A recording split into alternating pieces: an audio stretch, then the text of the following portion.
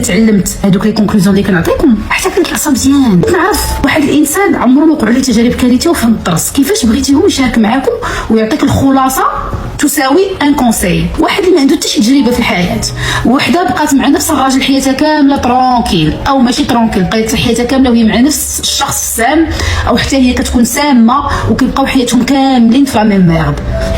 qu'est-ce que vous voulez qu'elle partage avec vous؟ واش بغيتوها تعطيكم من كونكلوزيون كونساي ديال الحياه؟ الكونساي كناخذو من عند الناس اللي كانوا العصا مزيان، ان كونساي كتاخذو من عند شي وحده اللي دوزات في حياتها واستافدات. دونك وي جو سوي ابت ا دوني دي كونساي حيت مش فهمت واستوعبت. صافي تاكدت، ما مره ما جوج ما 10 ما 20 ما 30.